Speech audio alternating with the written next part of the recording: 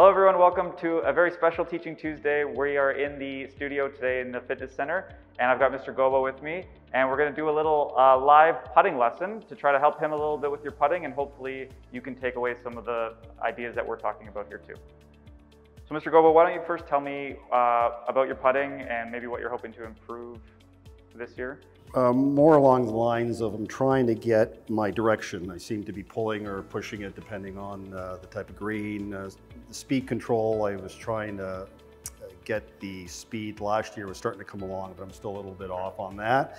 And just to smooth out my stroke and getting it to the hole and not blowing by it or being like 2 feet short.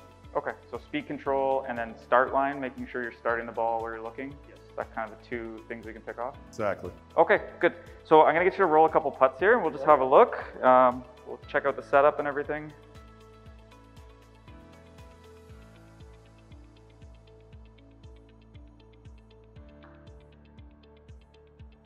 Good. Why don't we actually get you starting on the middle orange line there? Right here? Yep. And I want you to just aim to stop it kind of at the end of the mat. So that was a little pull, right? Yep. Do you find you pull or you push more often? I pull more often. Pull more often? Yep. Okay. Any idea why, or is it just kind of? I'm thinking it's on my takeaway, or I think I'm trying to come back and then I kind of come over the top of it a bit. So your takeaway comes too far, too straight? I think I'm coming this way. I'm coming on the outside as opposed to coming back even. And then on occasion, of course, I'll try to correct it and then I'll find myself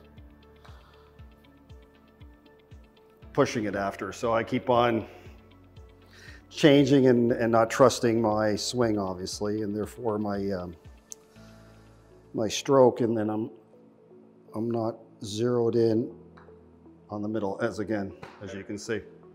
So I think there's a lot of really good stuff. Like I like your setup. I think I would, especially when we're practicing on a mat like this, make sure you use kind of these setup cues, right?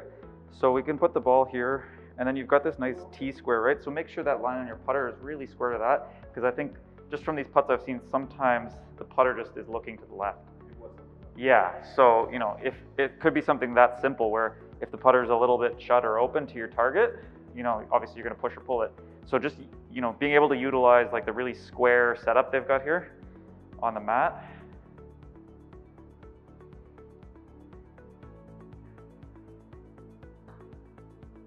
Yeah, that was really good. Now, how do I do that on a green that doesn't have the T mark like I'm having here? Well, a little bit of it is just kind of practice to calibrate your eyes and your body and what it should feel like, right? So what I would do before you hit a putt is have a look down that target line, okay? Because then you're training your brain and your eyes and your body kind of what it should feel like before you hit each putt, right? So you'll know when you get outside, and if your aim is off, it'll feel weird if you set up every time perfectly when you practice, right? So I think it's just a matter of kind of getting your eyes and your body accustomed to being square, right? It's still really hard. It's a hard skill to set up square every time, but the more often you do it, the easier it'll get, right? So let's hit one more like that.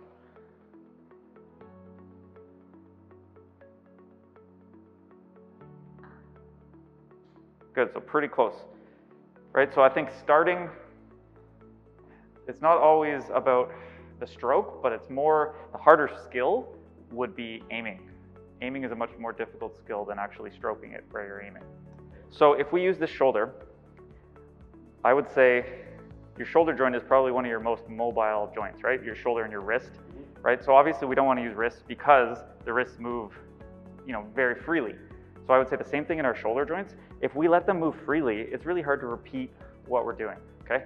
So I would suggest we kind of want to lock this in a little bit more and feel like we rotate our torso to power the swing, because then it will always kind of arc in just a little bit, right? So if you can feel like your elbows kind of touch your rib cage, yeah, see how you kind of turn your elbows up like that? Just a little bit, right? And then when you stroke it, I want you to feel like this kind of stays all as kind of one piece, right? Rather than show me a bad one where you pull it away with your shoulders, right? you feel like even, like see how there's this separation in here? Now your shoulder's dictating what this club is gonna do, right? Whereas if you keep it tight and you just turn, it's much more easy to repeat that motion. Does that make sense? So you might want to get just a touch closer to the ball too, and then try that where you feel like you stay connected, your arms stay touching up against your rib cage. Yeah, good putt. I think that's just breaking a little bit because of the room, but that's much nicer. Good. Okay, so the last thing I'm going to get you to do, so number one would be making sure we're lining up square. Number two would be keeping those arms attached to your body, right? And then number three would just be to train your vision. So again, to aim properly, we need to make sure we're looking where we actually think we're looking, right? Because if we think we're looking at something, but when the way we turn our head, we can kind of, you know, our vision can get off left and right. So if you just train your vision every day, then you're going to see consistently down your target line, so it'll be easier to line up straight. Does that make sense? Yep. So we're going to use this part of the mat here with these dots. Okay, and so what we're going to do is we're going to get in. Can I show you? We're going to set up to the hole down there. And before we putt, we're going to look to each dot individually. So I'm going to go from the ball to the first dot, to the second dot, to the third dot, and then to the hole. And I'm going to trace that line back to the last dot, to the next dot, to the first dot, and back. And the idea is these dots need to look all in a straight line. If they don't, we can change a couple things. We can move closer or further, or we can change how we tilt our head. Okay, so if you don't see a straight line, either get closer or further, and then look and try, or make sure we're tilting our head like this with the back of our head up to the sky and not like this, because that'll definitely make them look a little more to the left. Okay, so you get over that. You connect the dots with your eyes and tell me if they look straight or if one of them looks crooked. So let's try first getting closer to the ball. Awesome. Okay, so look back and then roll that putt for me. Oh, pure. Great job. Okay, so that was easy for you. If it didn't appear straight, then what the next thing you would do is change kind of how your head is tilting, which is a little trickier to figure out, but if you can, you know, if you can't straighten it with distance, then you need to straighten those dots with how your head tilts. But for you, it's just getting closer. Okay, so getting closer, getting those arms on the rib cage, right? And then just kind of rocking that rib cage and letting the torso turning arc the putter how it wants to, right? Thank you, yeah. Thank you very much. That was great. Thank you, Mr. Gobo, for helping me with this short putting lesson.